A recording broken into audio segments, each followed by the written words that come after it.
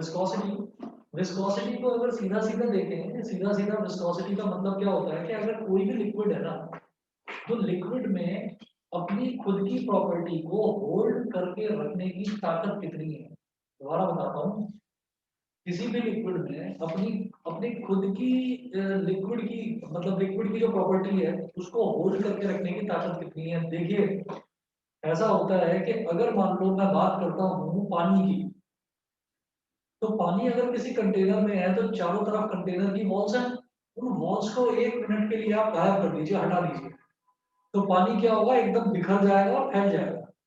ठीक है, और वो रुकेगा नहीं, वो चलता चला जाएगा चारों चारों तरफ, फर्श पर या टेबल पर जहां भी रखा है वहां पर वो फैल जाएगा। उसी तरीके से अगर मान लीजिए हनी है, तो हनी भी तो एक फ्लूइड ही होता है, एनीथिंग विच कैन फ्लो। तो हनी जो होता है, हनी चूंकि गाढ़ा होता है, गाढ़ा मतलब गाढ़ा, अगर कोई भी चीज गाढ़ी है ना, यानी कि डेंसिटी अगर किसी लिक्विड की ज्यादा है, तो आप ये समझ लीजिए कि चांसेस आर देयर कि वो विस्कस बहुत ज्यादा होगा।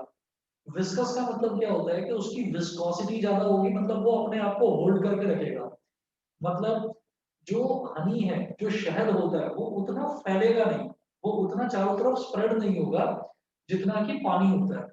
अगर आप देखिएगा कि हनी को अगर आपको स्प्रेड करना है, आपने कोई ब्रेड दे रखा है, ब्रेड के ऊपर अगर आपको हनी लगाकर खाना है, तो अगर आप उसको ब्रेड के ऊपर स्प्रेड जब तक करोगे नहीं स्पून की हेल्प से, तब तक वो होगा नहीं। वहीं अगर पानी है, पानी को आप जरा सा डालो, वो अपने आप ही अपना रास्ता बना लेता है, चारों तरफ फैल जाता है। ठीक है ना। तो कोई भी लिक्विड जो खुद को फैलने से या खुद को बिखर जाने से रोकता है, तो वो रोकने की जो प्रॉपर्टी होती है, that property is called viscosity. या और जो फोर्स होती है, that force is called viscous force. अब ये जो फोर्स है ये हमेशा टेंजेंशियल डायरेक्शन में लगती है, तो एक डायग्राम बनाकर दिखाता हूँ, देखिएगा जरा।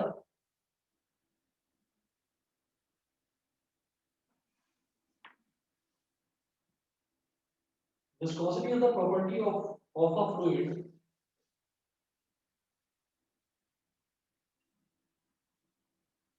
It is the property of a fluid. It is the property of a fluid by virtue of which an internal force of friction,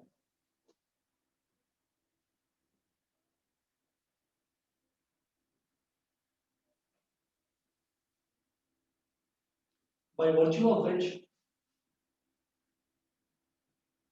an internal force of friction. It is the property of a fluid by virtue of which an internal force of friction comes into play when a fluid is in motion. Comes into play when a fluid is in motion. When a fluid is in motion and which opposes the relative motion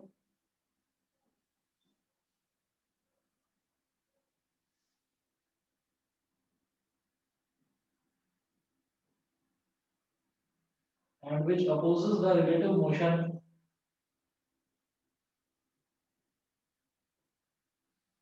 which opposes the relative motion between its different layers.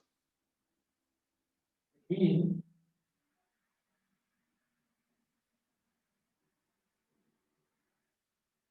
its different layers. Between its different layers. It is the property of a fluid by virtue of which an internal force of friction comes into play when a fluid is in motion and which opposes the relative motion between its different layers. एक diagram बनाता हूँ, देखिएगा।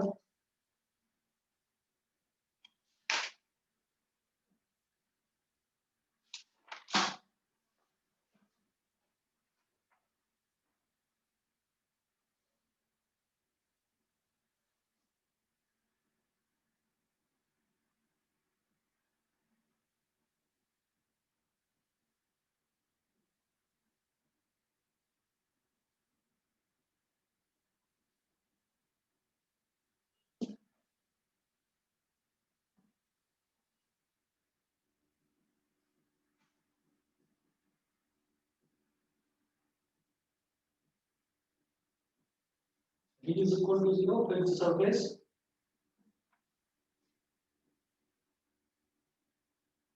पर है surface layer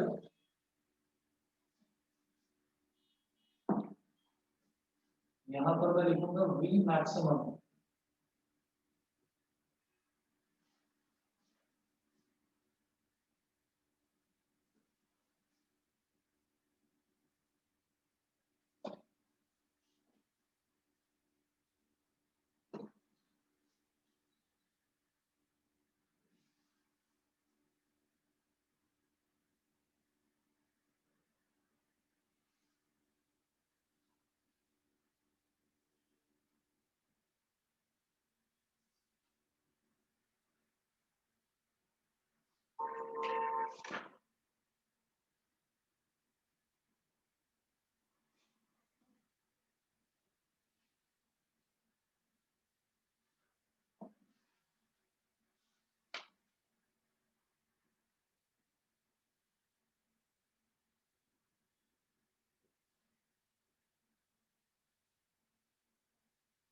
ये diagram देखिएगा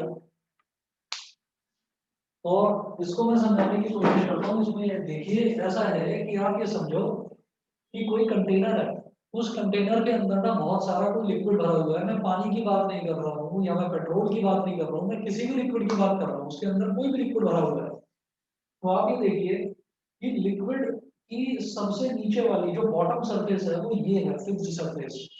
तो यहाँ पर पानी भरा हुआ है। अब जो पानी है, पानी की ये पहली लेयर, पानी की ये दूसरी लेयर, ये तीसरी लेयर, ये चौथी लेयर, ये पांचवी लेयर। तो पानी की कितनी लेयर है? मैंने कहा अगर पानी है या कोई भी फ्लूइड है तो उस फ्लूइड की कितनी लेयर है? उसकी इनफाइनाइट लेयर्स हो सकती हैं, लेकिन हमने कहा कि हम उसकी सिर्फ 5 लेयर्स को स्टडी कर रहे हैं। तो जो उसकी पांचवी लेयर है यानी कि सबसे ऊपर वाली लेयर है वो सरफेस लेयर है। मैंने क्या करा, एक बकेट में या एक कंटेनर में कोई फ्लूइड भरा हुआ है और मैं उस फ्लूइड के जो टॉप वाला सरफेस है उसको हाथ से ऐसे ऐसे ऐसे ऐसे आगे की तरफ का फोर्स लगा रहा हूँ। तो जो फोर्स मैं लगा रहा हूँ ना उसमें कंटेनर में जिसमें फ्लूइड है, that force is tangential force. मैं अपने हाथ से ऐसे ऐसे लगा रहा हूँ तो क्या होगा, ये जो ऊपर वाली सरफेस है, ऊपर वाली सरफेस तो थोड़ी ज्यादा फोर्स से आगे की तरफ ट्रैवल करेगी, ठीक है। ये जो ऊपर वाली सरफेस है थोड़ी ज्यादा फोर्स से आगे की तरफ ट्रैवल करेगी। नीचे वाली फोर्स उतनी, नीचे वाली जो सरफेस है वो उतनी फोर्स के साथ आगे ट्रैवल नहीं करेगी। जो तीसरी लेयर है वो थोड़ी कम फोर्स से आगे ट्रैवल करेगी, चौथी थोड़ी कम, थोड़ी और कम फोर्स से, पांचवी थोड़ी और कम फोर्स से, और बिल्कुल लास्ट वाली जो सरफेस है ये फिक्स सरफेस है, इसमें किसी तरीके का कोई मोशन होगा ही नहीं। तो नीचे जो पानी इकट्ठा हो रखा है ना, जो भी लिक्विड नीचे है उस लिक्विड में कोई मोशन नहीं होगा, ऊपर वाले में मोशन होगा। तो अब आप ये देखिएगा कि इस चीज को हम क्या बोलते हैं, ऐसा क्यों है। अगर मैं फोर्स लगा रहा हूँ, अगर मैं लिक्विड पर ऐसे लिक्विड इतना यहाँ से लेकर और यहाँ तक लिक्विड भरा हुआ है तो ये ऊपर वाली सरफेस है लिक्विड की, अगर मैं इस पर ऐसे फोर्स लगा रहा हूँ तो ऐसा क्या होता है कि सिर्फ ऊपर वाली जो लेयर है उसी में उस पर ज्यादा फोर्स लगती है और नीचे वाली लेयर्स पर कंपेरेटिवली कम फोर्स लगती है। ऐसा क्यों होता है? ऐसा इस वजह से होता है कि वहां पर एक फ्रिक्शन की फोर्स काम करती है। Friction always acts in a direction opposite to the direction of motion.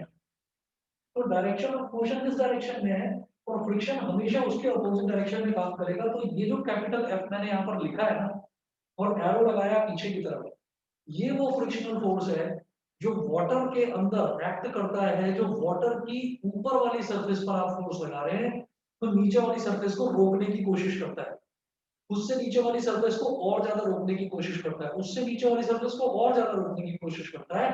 इस फोर्स को हम बोलते हैं विस्कस फोर्स या फोर्स ऑफ विस्कोसिटी। तो विस्कोसिटी एक वो ताकत है जो पानी की सारी लेयर्स को बराबर फोर्स से बहने से रोकती है।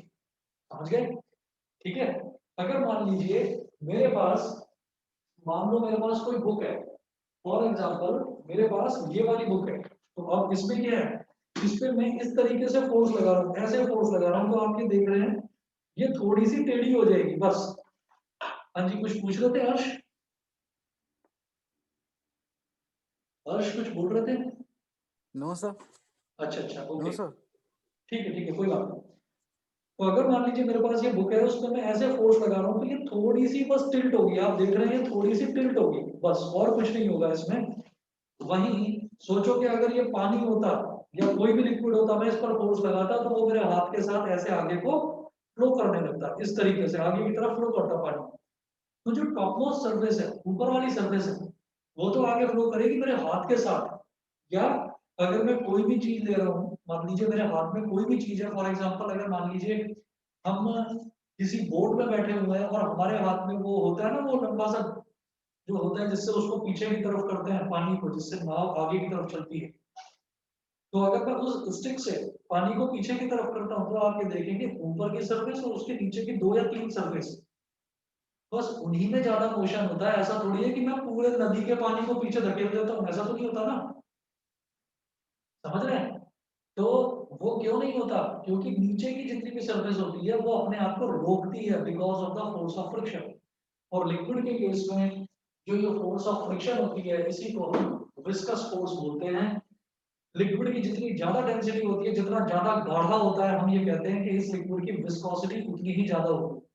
ठीक है, सभी को क्लियर है? अनुष्ठा, अनुभव बताइए, कनिष्का, ईशान बताइए, क्लियर है इतना? Yes sir. Yes sir. ठीक है, अच्छा। अब इसके बाद हम यहाँ पर इसी को विस्कोसिटी को डिफाइन करते हुए ही लिखेंगे यहाँ पर हम, the backward driving force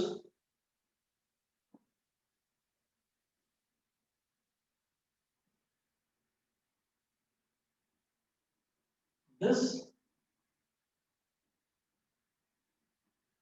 backward dragging this backward dragging force is called viscous drag or viscous force, is called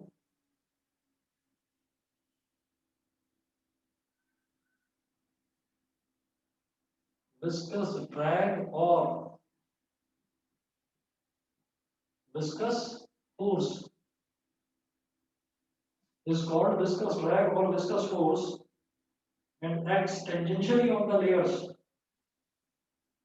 and it acts tangentially on the layers, and it acts tangentially on the layers of the fluid in motion, on the layers of the fluid in motion, and tends to destroy its motion, and tends to destroy its motion. destroy its motion का मतलब आप समझ गए होंगे।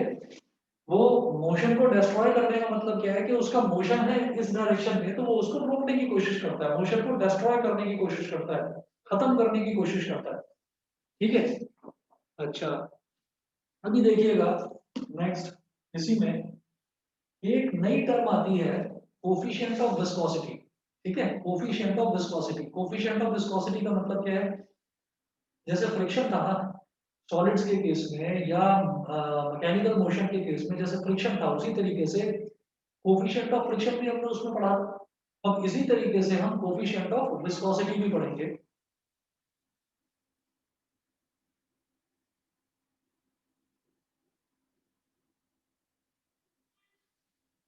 Coefficient of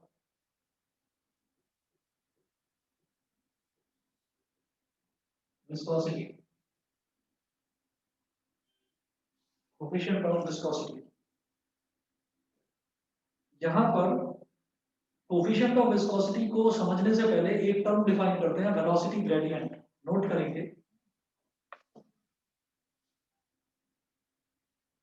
velocity gradient.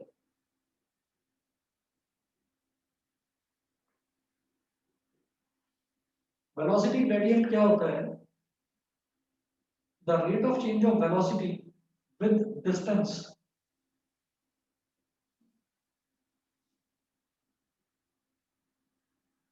The rate of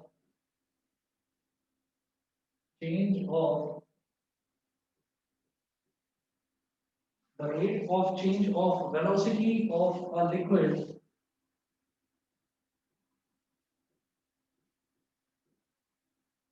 with respect to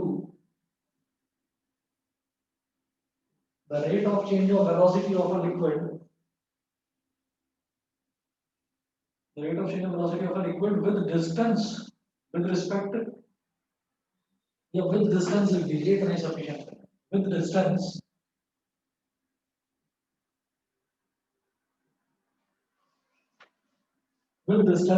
in the direction of increasing distance,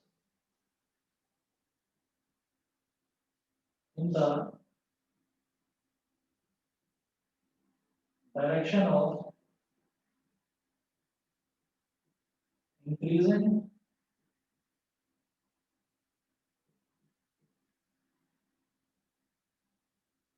direction of increasing distance is called velocity gradient.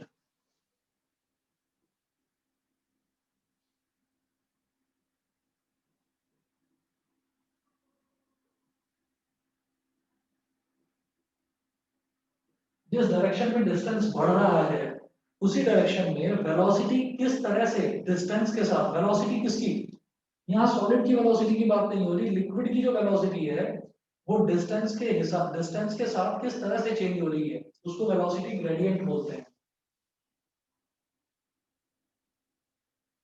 It is termed as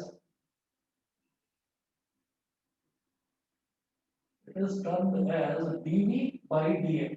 it is termed as dv by dx. ये हो गया. उसके बाद according to Newton, next point लिखेंगे. ये तो हो गया वेलोसिटी ग्रेडियंट. फिर नेक्स्ट पॉइंट लिखेंगे according to Newton,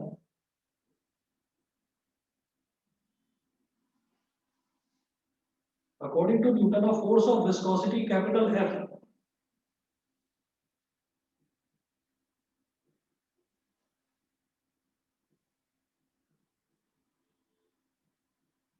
according to Newton, a force of viscosity capital F acting tangentially between two layers,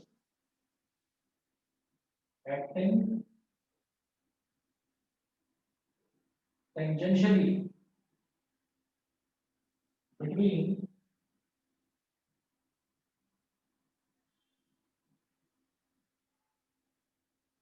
acting tangentially between two layers is, पानी की दो लेयर्स के बीच में जो फोर्स लगती है, फोर्स ऑफ फ्रिक्शन, उसी को तो फोर्स ऑफ विस्कोसिटी बोलते हैं. तो उस फोर्स ऑफ विस्कोसिटी के बारे में न्यूटन ने एक्सप्लेन करे थे दो पॉइंट्स. उसने कहा था कि ये जो फोर्स ऑफ विस्कोसिटी होता है ये area of the layer, layer का जो एरिया है, ऊपर जो लेयर बनी हुई है लेयर का जो एरिया है उसके डायरेक्टली प्रोपोर्शनल होता है. तो फर्स्ट पॉइंट है कि जो विस्कोसिटी की जो फोर्स होती है वो टेंजेंशियली एक्ट करती है सरफेस पर, लिक्विड के सरफेस पर, and it is directly proportional to the area of the layers in contact.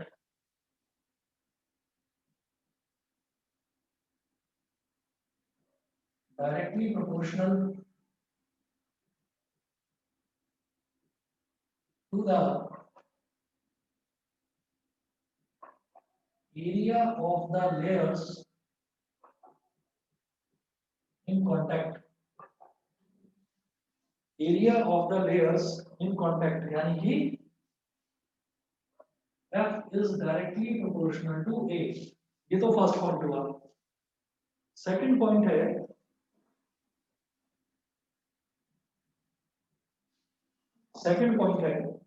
Directly proportional to the velocity gradient.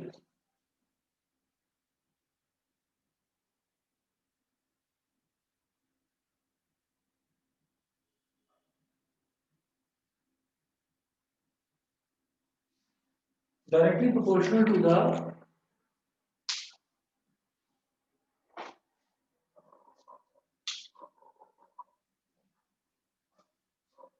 directly proportional to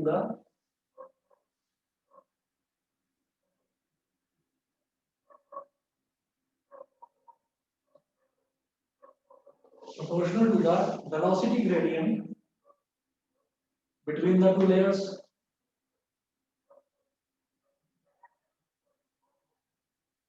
Between the two layers.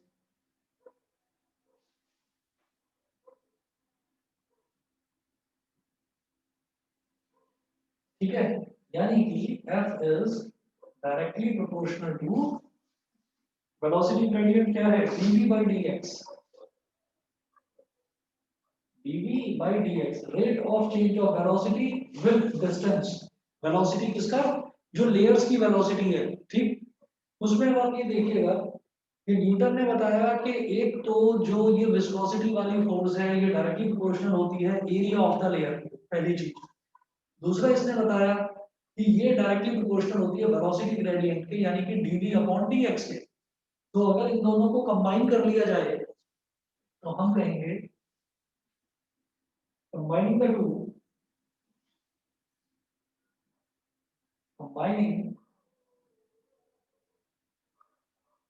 these two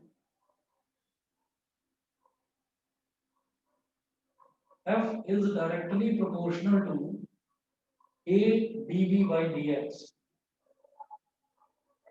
F is directly proportional to A into dv by dx. ठीक है, और एक काम कर सकते हैं हम, proportionality sign हटाने के लिए कोई प्रोपोर्शनैलिटी कांस्टेंट आता है। It implies that F is equal to minus eta. eta क्या है, जैसे n बनाते हैं ना, स्मॉल n को थोड़ा सा लंबा खींच दीजिए नीचे की तरफ, minus eta a dv by dx, where eta is called coefficient of viscosity.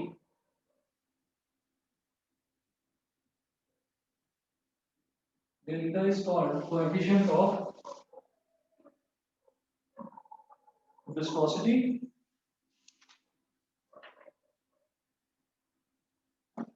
और नोट करके लिख लेना,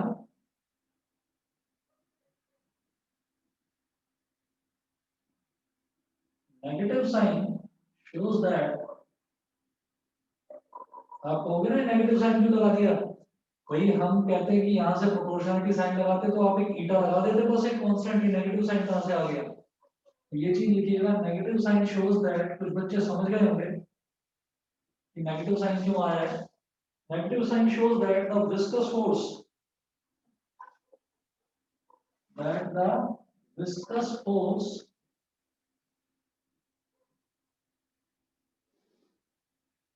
acts in the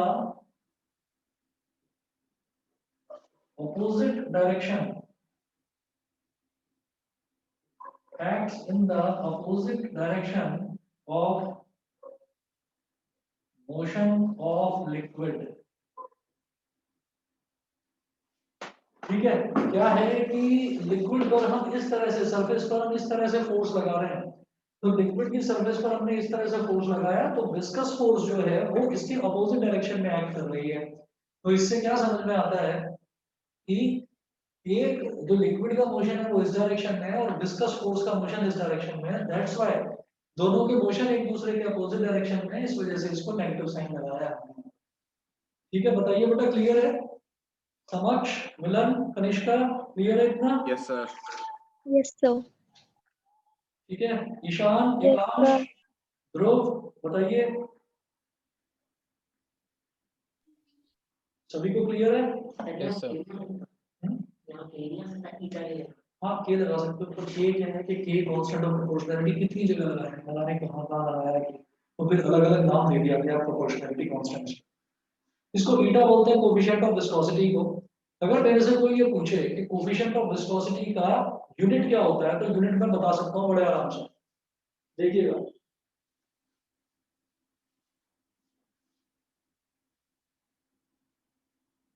Harsh clear है? Yes sir. ठीक है। अनुभव? Yes, sir. दृष्टि?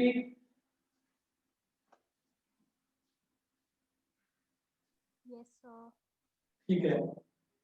अच्छा, अब यार देखिएगा कि ये मेरे पास फॉर्मूला बन गया। अब इस फॉर्मूले के हिसाब से जरा सोचो। अब इस चीज को चाहे आप नोट करने की जरूरत नहीं है, ये हर बच्चा बता सकता है, कोई ऐसी प्रॉब्लम नहीं है इसमें। देखो क्या है, ये है f is equal to minus eta A dv by dx। f की यूनिट क्या होती है, या चलो छोड़ो, पहले ईटा निकालो यहाँ से। Eta is equal to f upon a। ये नीचे चला जाएगा, ये dx ऊपर आ जाएगा, dx अपॉन dv और माइनस साइन, ये हो गया। अब सबकी यूनिट देखते जाइए भाई, सबकी यूनिट क्या होती है। तो नेगेटिव, एक तो नेगेटिव साइन तो है ही अपनी जगह। फोर्स की यूनिट होती है बेटा न्यूटन। ये है एरिया, एरिया की यूनिट होती है मीटर स्क्वायर। dx मतलब लेंथ है, ये डिस्टेंस है, डिस्टेंस की यूनिट क्या होती है, metre.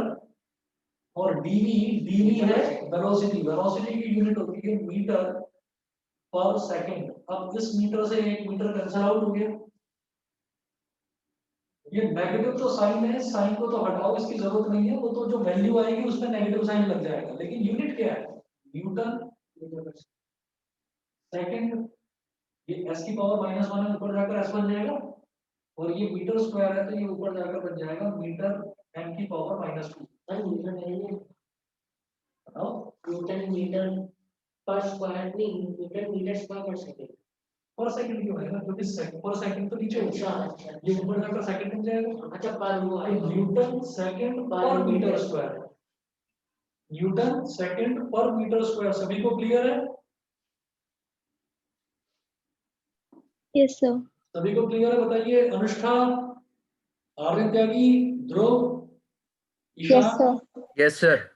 Yes sir. Yes sir. तो फिर एक क्वेश्चन देखते हैं, एनसीईआरटी का क्वेश्चन है। क्वेश्चन नोट करेंगे, अ square metal plate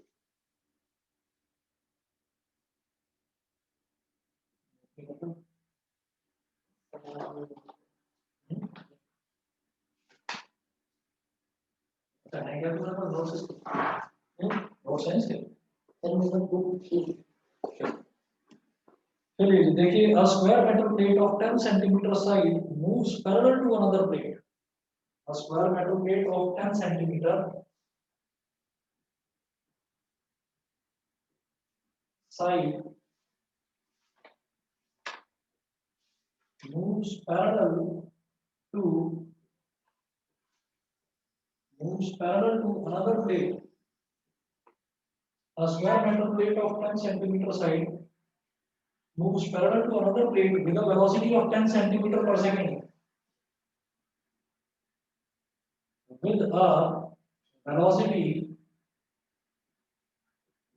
of 10 centimeter per second. देखिएगा, जो मेरे को यहाँ पर डिस्टेंस दे रखा है, जो वेलोसिटी दे रखी है, डिस्टेंस भी सेंटीमीटर में दे रखा है। वही उसकी स्क्वायर मेटल प्लेट की साइड दे रखी है, और जो वेलोसिटी है वो भी सेंटीमीटर पर सेकंड में दे रखी है। तो हो सकता है कि मुझे मीटर में कन्वर्ट करने की जरूरत ही ना पड़े, जो हमारा रिजल्ट है वो सेंटीमीटर की टर्म्स में ही है। देखते हैं पहले।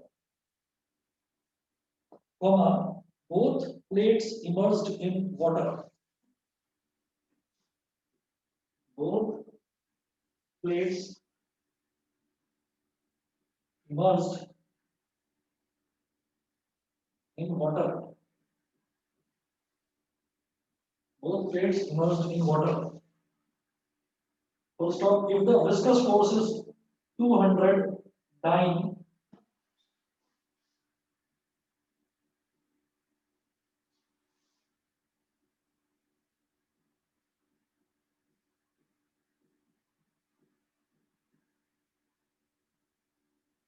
if the viscous force is 200 dyne,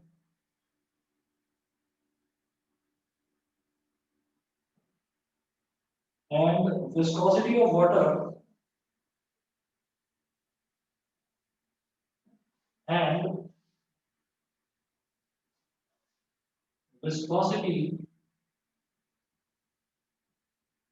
of water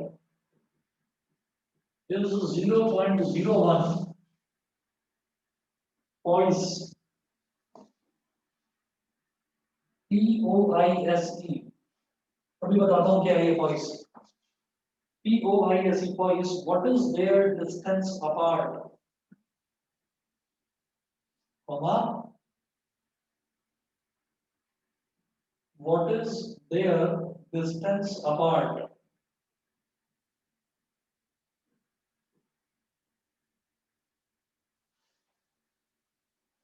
देखिए मैं इस तरफ कर रहा हूं इसको मिटाकर,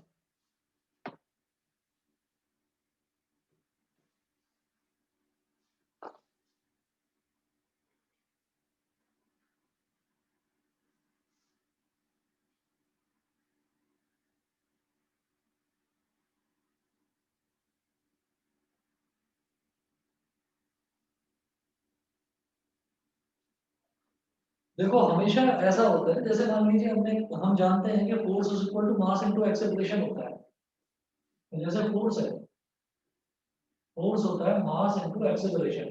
तो मास क्या होता है किलोग्राम, मास की यूनिट, और एक्सेलरेशन की यूनिट होती है मीटर पर सेकंड स्क्वायर। तो क्या मैं फोर्स की यूनिट बार बार किलोग्राम मीटर पर सेकंड स्क्वायर थोड़ी लिखता हूँ। हमने क्या कहा, ये जो किलोग्राम मीटर पर सेकंड स्क्वायर है इसको हमने बोल दिया सिंपली न्यूटन, इसको हम न्यूटन बोल देते हैं, है ना। तो फोर्स की यूनिट क्या हो गई, न्यूटन हो गई। इसी तरीके से ये जो न्यूटन सेकंड पर मीटर स्क्वायर है ना, कोफिशिएंट ऑफ विस्कोसिटी की यूनिट, इसको हम शॉर्ट में पॉइस बोल देते हैं। पॉइस, पॉइस जो है ये नाम कहाँ से आया, जो हमने पॉइसलीज थ्योरम करी थी, वो पॉइसली जो साइंटिस्ट है उसके नाम से ये वाला नाम आ गया पॉइस, तो इसको पॉइस बोल देते हैं।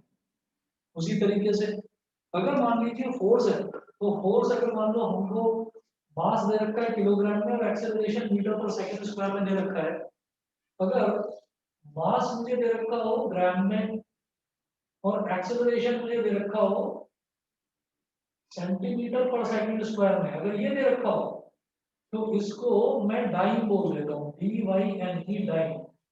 तो डाइन को देखकर घबराने की जरूरत नहीं है कि ये डाइन क्या आ गया, ये डाइन फोर्स की यूनिट है। मुझे लगता है कुछ बच्चों को पता भी होगा शायद ये,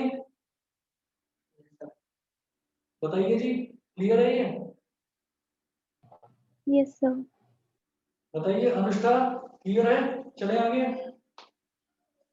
Yes, sir. Yes. ठीक है जी। अब इसके बाद आप देखिएगा कि इसका मतलब जो यूनिट्स दे रखी हैं वो मुझे सेंटीमीटर वाले उसमें दे रखी हैं, आपको सीजीएस सिस्टम में दे रखी है, एमकेएस सिस्टम में नहीं दे रखी है। और आप देखिए square metre plate of 10 centimetre side moves parallel to another plate with a velocity of 10 centimeter per second. Both plates immersed in water. तो स्क्वायर मेटल प्लेट है तो स्क्वायर मेटल प्लेट का मैं एरिया निकाल सकता हूँ। सबसे पहले देखिएगा area of square metal plate,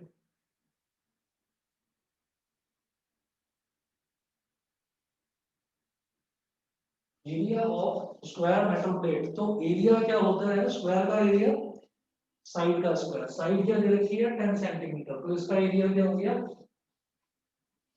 10 का स्क्वायर यानी कि 100 centimetre square.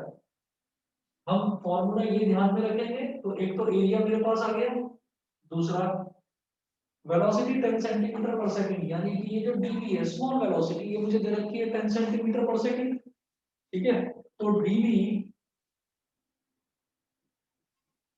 Is equal to 10 centimetre per second. उसके अलावा both plates immersed in water if the viscous force is 209, यानी कि एफ मुझे दे रखा है 209 and viscosity of water is 0.01 poise, यानी कि ईटा की वैल्यू भी दे रखी है 0.01 पॉइस, ये दे रखा है। ठीक है, एफ हो गया, ईटा हो गया, ए मैंने कैलकुलेट कर लिया, डी भी दे रखा है, क्या बचा केवल डी एच, वही अरे पूछना क्या है what is their distance apart. हाँ जी, सर मुझे समझ नहीं आया कि आपने एक्सेलरेशन एरिया कैसे निकालोगे? एरिया स्क्वायर मेटल प्लेट, अच्छा। स्क्वायर मेटल प्लेट है ना, तो स्क्वायर का एरिया साइड का फोर्स आपने 209 दी दे रखा है। और ये क्या है फिर मीटा मीटा को आपने किया है viscosity of water. Viscosity of water eta. तो क्या होता है कि जरूरी नहीं है कि सिर्फ वाटर वाटर की बात करी जाए, जब वाटर के अंदर किसी सॉलिड को भी डिस्प्ले इमर्स कर देते हैं ना, तब भी यही वाला फॉर्मूला लगेगा।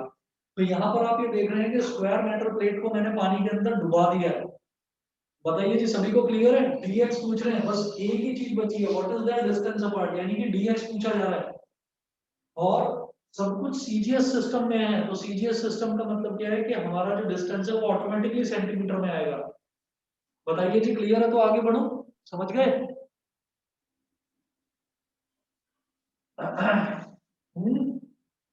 देखिए, F is equal to theta A DV by D X. Theta A DV by D X. आप कहेंगे माइनस साइन क्यों नहीं लगाया? माइनस साइन सिर्फ और सिर्फ मुझे डायरेक्शन बताता है, तो मुझे डिस्टेंस जो है वो निकालना है। तो डायरेक्शन बताता है कि फोर्स की डायरेक्शन, विस्कस फोर्स की डायरेक्शन अपोजिट होती है। तो मुझे क्या निकालना है? केवल dx निकालना है। आप dx को इधर ले जाओ, f को इधर ले जाओ। dx is equal to theta a dv over f, ये हो गया, ठीक है।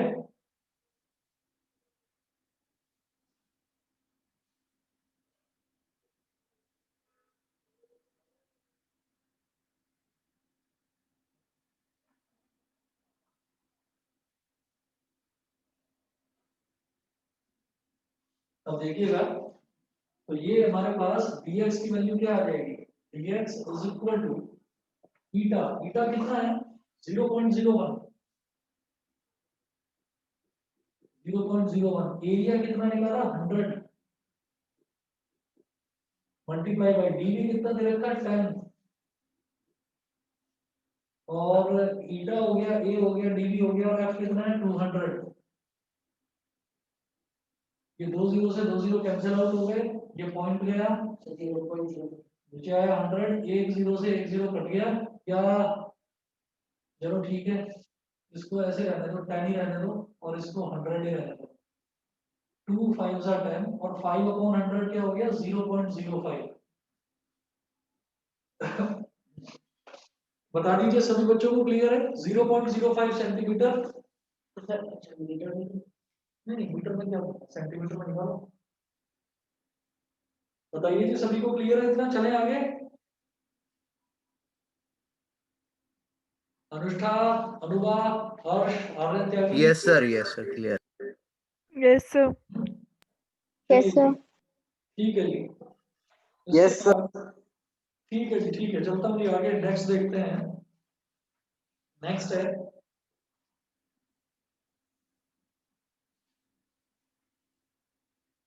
Variation of viscosity with temperature and pressure.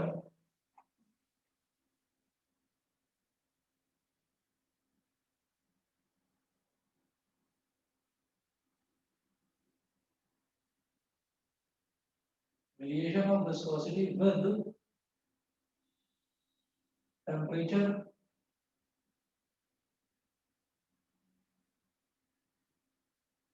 And pressure. Temperature और प्रेशर अगर देखेंगे तो टेम्परेचर और प्रेशर के साथ विस्कोसिटी किस तरह से चेंज होती है। तो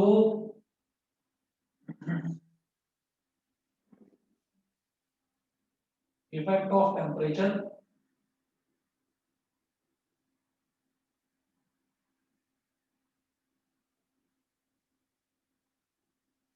effect of temperature, viscosity decreases with the increase in temperature.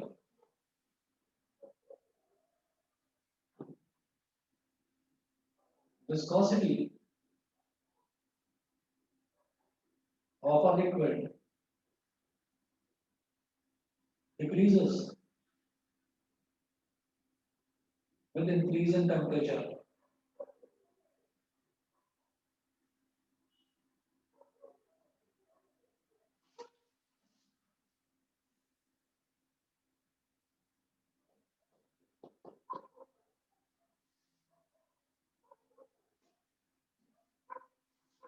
और एक फॉर्मूला होता है स्लॉटल्स एम्पिरिकल फॉर्मूला,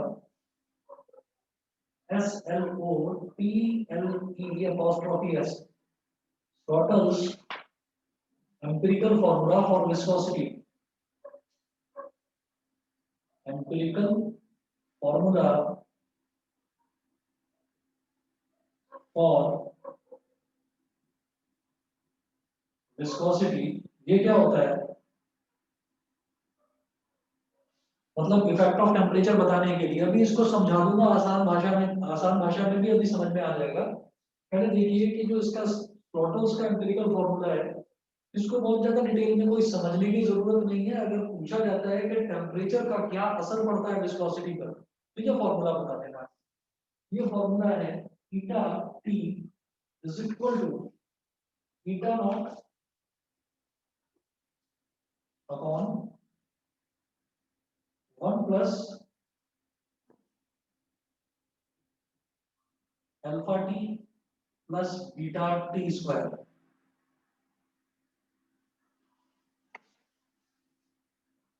यहां पर क्या है? यहाँ पर ये है कि जो ये हमारा, अगर मान लीजिए मैं किसी टेम्परेचर पर्टिकुलर टेम्परेचर पर विस्कोसिटी का कोफिशिएंट निकालना चाहता हूँ ना, तो मुझे देखना पड़ेगा कि विस्कोसिटी 0 डिग्री सेल्सियस पर कितनी है। तो 0 डिग्री सेल्सियस पर जो विस्कोसिटी होगी उसको हम बोलेंगे ईटा नॉट। ठीक है, अल्फा और बीटा ये कोई कांस्टेंट्स है। तो आप ये देख रहे हैं कि जितना टेम्परेचर बढ़ता जाएगा, टेम्परेचर कहाँ है? डिनोमिनेटर में है। बल्कि टेम्परेचर की एक क्वाड्रेटिक इक्वेशन बन रही है, beta T square plus alpha T plus 1। वही तो हो गया जैसे स्टैंडर्ड क्वाड्रेटिक इक्वेशन होती थी, ax square plus bx plus c। तो यहाँ पर टेम्परेचर की क्वाड्रेटिक इक्वेशन बन रही है। टेम्परेचर जितना बढ़ेगा विस्कोसिटी उतनी ही कम होती चली जाएगी। आप जानते हैं आजकल सर्दियों के दिन चल रहे हैं, और मैं फिर विस्कोसिटी का जब भी केस आएगा तो हम हनी का एग्जांपल जरूर लेंगे। तो जब भी कभी हम बात करते हैं सर्दियों की, सर्दियों का खास तौर पर मैं एग्जांपल इसलिए ले रहा हूँ क्योंकि सर्दियों में मुझे टेम्परेचर रिड्यूस करने की जरूरत नहीं है, वो अपने आप ही कम हो जाता है। अगर आप अभी इस सीजन में आप अगर एक बॉटल खोलकर देखेंगे हनी की जिसमें शहद भरा हुआ है, तो उसमें आप ये देखेंगे कि जो शहद है वो काफी ना जम चुका है, वो काफी हार्ड हो गया है। उसको आप अगर स्पून से निकालने की कोशिश भी करेंगे तो वो उतना स्मूथली बाहर आएगा नहीं। वहीं आप क्या करिए, धीरे से जिस भी कंटेनर में वो रखा हुआ है आप उसको गर्म करना शुरू करो, आप उसका टेम्परेचर बढ़ाना शुरू करो। जैसे जैसे जैसे जैसे टेम्परेचर बढ़ना शुरू होगा, वो जो हमारा जो हनी है, वो हनी धीरे धीरे धीरे धीरे लूज होना शुरू हो जाएगा। ठीक है, और फिर आप उसके अंदर स्पून को घुमाएंगे तो स्पून भी आराम से घूम पाएगा। आप उसका टेम्परेचर और बढ़ाओ, वो जो है और सॉफ्ट हो जाएगा। आप घुमाएंगे उसमें स्पून और आसानी से घूम पाएगा। इसका मतलब क्या है कि किसी भी लिक्विड का अगर आप टेम्परेचर बढ़ाते हैं, किसी भी लिक्विड का अगर आप टेम्परेचर बढ़ाते हैं तो क्या होता है कि उसकी विस्कोसिटी यानी कि खुद को अपनी ओरिजिनल स्टेट में रोक पाने की कैपेसिटी वो खत्म होती चली जाती है। वही केस एग्जांपल है बटर का। बटर जो है वो कितना हार्ड हो जाता है विंटर्स में, और बटर को आप जरा सा किसी भी आप कंटेनर में रखिए और जरा सा आप गर्म करना शुरू करिए, वो इतना पतला हो जाता है कि इट कैन इजिली फ्लो, वो आसानी से फ्लो कर सकता है, वो आराम से एक फ्लूइड की फॉर्म ले लेता है। इसका मतलब आप टेम्परेचर बढ़ाएंगे तो विस्कस फोर्स यानी कि विस्कोसिटी जो है वो वाली फोर्स जो है वो कम होती चली जाएगी। समझ में आ गया सभी को? बताइए, क्लियर है? कनिष्का, एकांश बताइए। Yes, sir. Yes, sir. ठीक है, चलिए अब इसके बाद अगला देखता हूं मैं। ये तो था effect of temperature. Effect of temperature के बाद हम नेक्स्ट देखेंगे बेटा इफेक्ट ऑफ प्रेशर, कि प्रेशर का क्या इफेक्ट पड़ेगा। और ये भी बड़ा आसान है, आप अपने आप बता देंगे मेरे को, जरा सा ये समझाने की जरूरत पड़ेगी। आप बस ये बताइए जब भी किसी लिक्विड पर हम प्रेशर बनाते हैं तो वो क्या होना शुरू होता है, आप प्रेशर बढ़ाते चले जाइए वो सॉलिडिफाई होता चला जाता है। आप गैस पर प्रेशर बढ़ाएंगे तो गैस गैस क्या होनी शुरू हो जाती है, गैस लिक्विफाई होनी शुरू हो जाती है। किसी सिलेंडर को देखो, सिलेंडर के अंदर गैस भरी रहती है हाई प्रेशर पे, लेकिन आप उस सिलेंडर को हिलाने की कोशिश करेंगे, आप हिलाएंगे तो आपको लगेगा जैसे अंदर कोई लिक्विड हिल रहा हो। तो इफेक्ट ऑफ प्रेशर में लिखेंगे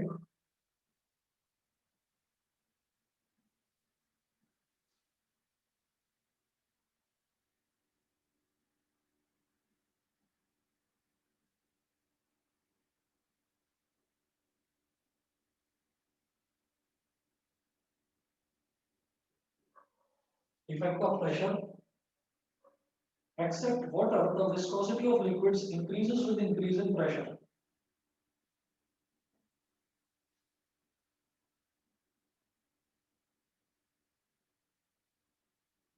Except water, the viscosity of liquids increases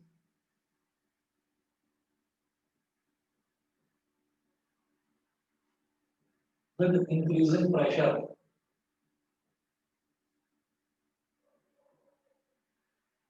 Increases with increasing pressure.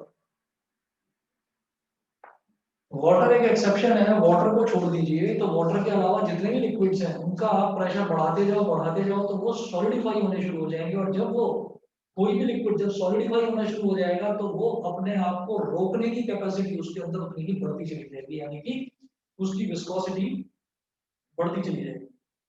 ठीक है, इसके बाद नेक्स्ट देखेंगे Poiseuille's formula.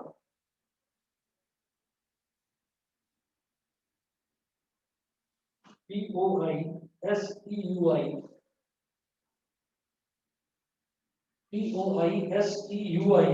double LES Poiseuille's formula. बस जी ये लिखकर छोड़ दीजिए, पॉइसनीज फॉर्मूला नेक्स्ट क्लास में आपको कराता हूँ, ठीक है। और कुछ स्टोक्स लॉ हमने वेलोसिटी कराते हैं, बहुत ज्यादा नहीं बचा है इस चैप्टर में, नेक्स्ट क्लास में आगे कंटिन्यू कराता हूँ, ठीक है। और मैथ्स वाले बच्चे तैयार रहिएगा कि कल आपका शाम को अपने टाइम पर ही मैथ्स का टेस्ट है स्टैटिस्टिक्स का, जैसा कि मैं बता चुका हूँ। ठीक है बेटा, आज के लिए फिर इतना ही।